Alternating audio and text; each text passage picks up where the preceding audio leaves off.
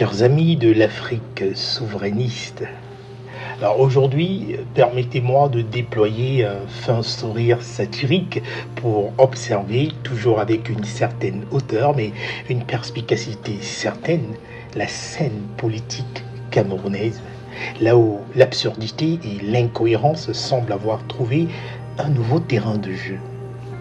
Nous apprenons ainsi que l'ancien ministre Issa Chiroma Bakary, figure familière des arcanes du pouvoir, a été désigné comme candidat consensuel.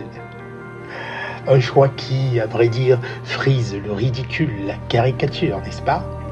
C'est comme si l'on tentait une fois de plus de peindre une vieille façade décripée avec les couleurs de la respectabilité et du consensus, espérant que le peuple camerounais n'y verrait que du feu, n'est-ce pas?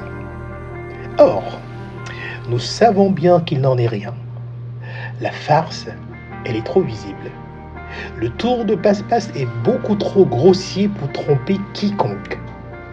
Et en observant cette gymnastique politique à la limite de la dégueulasserie, toujours avec cet œil de la lucidité et de la vigilance qui caractérise les visionnaires camites, nous soulignons l'absurdité d'un tel simulacre.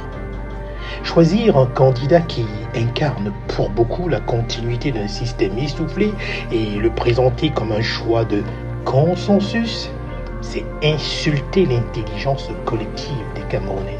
C'est tenter de faire passer un vieux vin pour une nouvelle cuvée en changeant simplement son étiquette. En vérité, cette nomination est une nouvelle tentative de maquillage politique, une volonté à peine dissimulée de perpétuer une farce électorale et de duper une fois de plus les citoyens camerounais. Mais le peuple camerounais, loin d'être naïf, sait reconnaître ses manœuvres et ses pantomimes à la solde de l'impérialisme néocolonialiste.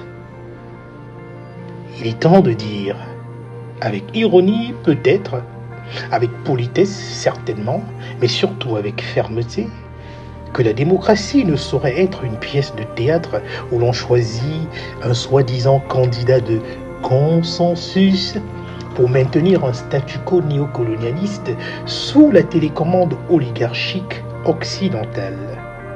La démocratie, elle, se doit d'être l'expression libre et véritable de la volonté souveraine du peuple camerounais.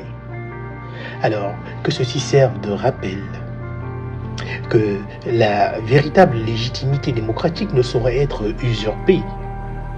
Elle ne saurait être usurpée par des artifices de coulisses. Il faut savoir que le peuple n'est plus disposé à se laisser mystifier par de tels tours de passe-passe nauséabonds. Donc, un bon entendeur s'aligne